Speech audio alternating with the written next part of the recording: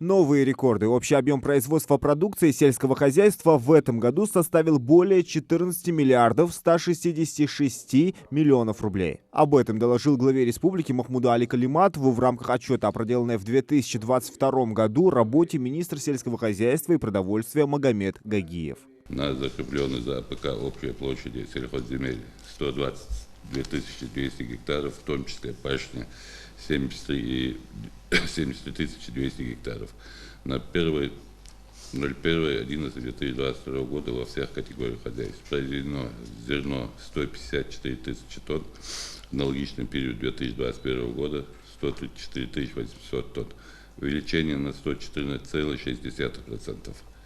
Произведено масляничных 6600 тонн, аналогичный период 2021 года 2800 тонн, увеличение на 235,7%. Накопано картофеля 53 400 тонн, аналогичный период 2021 года 43 400 тонн, увеличение на 123%. Положительная динамика в сельском хозяйстве отмечается с 2019 года. Показатели выросли по всем направлениям. Если раньше собираемость зерновых составляла до 30 тысяч тонн, то сейчас только за 9 месяцев этого года удалось собрать 154 тысячи тонны. Отличными глава Ингушетии назвал и показатели урожая по картофелю. Обеспечить жителей республики картофеля нам достаточно 40 тысяч тонн. А у нас уже 53 тысячи тонн. Поэтому мы сверхвыполнили это. Также заготовили семена на следующий год по картофелю. И семена заготовили на следующий. Да. А семена зерновых? Зерновых есть. Докупать придется? Нет, не думаю. Не придется? Ну, думаю, нет, да. А зимы вы уже закончили, 28 600 гектаров посадили. Мы уже закупили гербициды, удобрения, семена. Да. Рекорды в этом году побил и сад-гигант Ингушетия, где собрали 58 тысяч тонн урожая яблок. Собрано овощей открытого, закрытого грунта 12 тысяч тонн. По сравнению с прошлым годом это почти на 5 тысяч тонн больше. Завершен сев озимых культур под урожай 2023 года на площади 28 646 гектаров.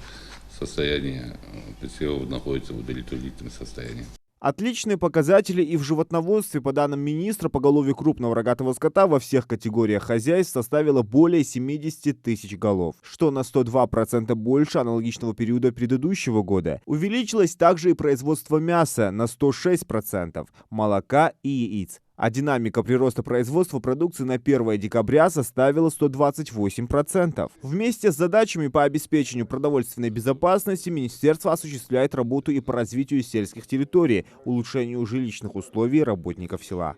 Реализовано 5 проектов, и это очень важно. И освещение, и восстановление благоустройства, и колодцы. Это кажется для обывателя со стороны, кто не знает реальность. А это села, отдаленные села, которые были от нас далеко. Поэтому строительство дорог у вас, да. По итогам работы одобрены субсидии на 891 миллион рублей. Да, если мы вовремя освоимся, обещали дополнительно еще 700 миллионов дадут. Ну как, мы покажем работу. Я думаю, мы сможем с Автодором решить этот вопрос. В рамках программы также было выдано 3 жилищных сертификата, благодаря которым будет построено и приобретено 270 квадратных метров жилья в сельской местности. На сегодняшний день регион может спокойно обеспечивать себя продуктом собственного производства. Представьте, произведено масличных 600 тысяч тонн. Это на 235% и 70%. Вот в чем вопрос. И тут вот процентов идет 153%. Я думаю, что хотел бы вот в преддверии Нового года искренне поблагодарить вас, во-первых, как и вашу команду Министерства сельского хозяйства.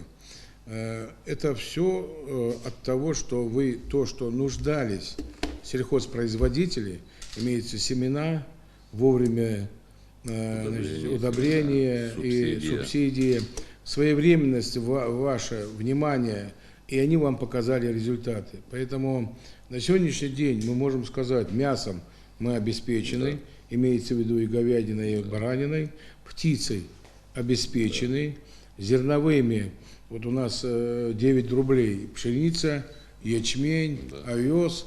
Я, честно говорю, я приятно удивлен, что у нас это получается.